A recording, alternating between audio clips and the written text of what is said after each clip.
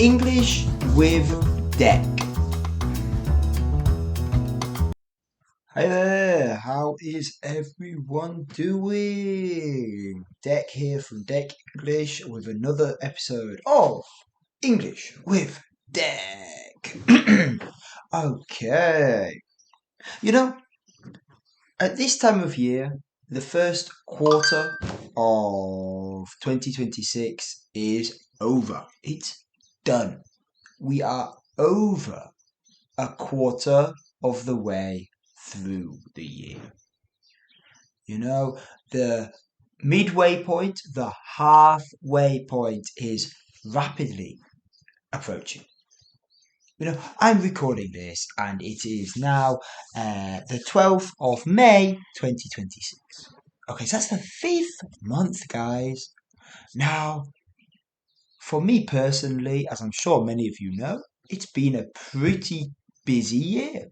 Lots of changes, many good things, a couple of slightly stressful things, but overall, not so bad at all. You know? And when I look at my calendar, I see maybe my personal errands that I need to run. I see the times I need to pick up my daughter from her club activities. I see the times that I will be going to do some sort of volunteer work in the neighbourhood. There's quite a few things. And of course, there's my to do list. Maybe I've got like to do this job, that job, run this errand. The list goes on. That list is a really bloody long list, actually. That is a never ending list. But anyway, that's another story for another day. But today, I want to talk about my work calendar, my work schedule. Now, of course, I am freelance, self-employed, so I essentially choose my own schedule. I can choose when I want to and don't want to work. It's pretty nice. I can choose whether I want to work on X, Y, and Z days. And if I can also choose how long a holiday I. Sounds great, right? Of course it is. There are obvious downsides, however, which should not be ignored. For example, if I don't work, I don't get paid. I don't have any sick days, and I don't get sort of benefit if I have an accident or something. So, you win some, you lose some. And for the price of this, for the luxury of the flexibility comes the price of, well, lack of stability, in my case. And, for the time being, that's not an issue at all. And there are days, of course, when I look at my calendar and it's a bit empty. And I think, well, maybe I'll go and eat some ramen. So I go and eat some ramen. But because my work calendar is empty on that day, that means for that particular day, I could potentially be in the minus for that day. I haven't earned anything that day. Therefore, I'm in the minus that day. But, if you always think like that, then you'll never be happy, My calendar's empty. Okay, I will use that time to sort of chip away at that ever expanding list of jobs to do. My day's empty or quiet.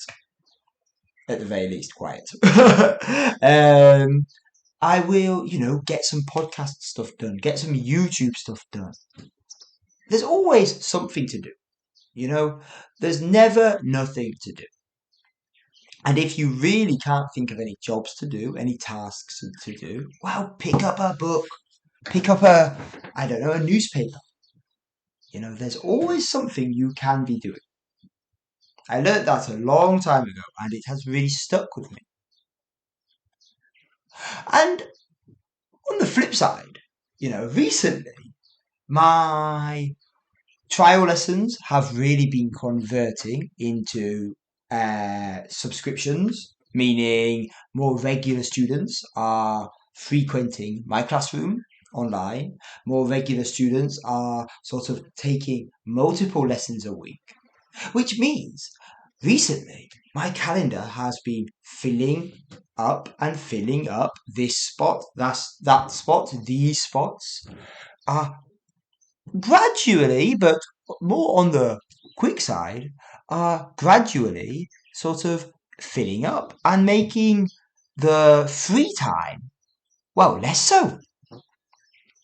And, depending which calendar I use to look at this new recent influx of students, well, it really has a varying effect or mentally.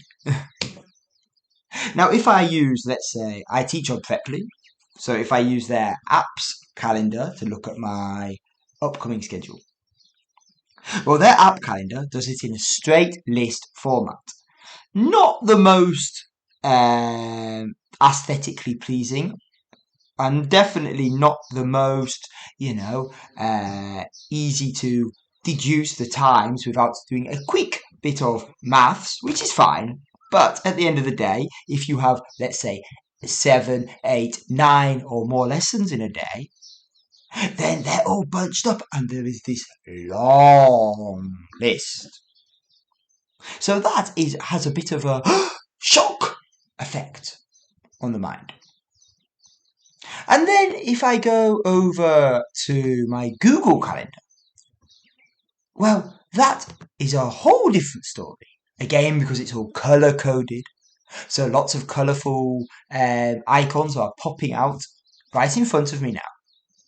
Birthdays, tasks, things to do, work tasks, and lessons.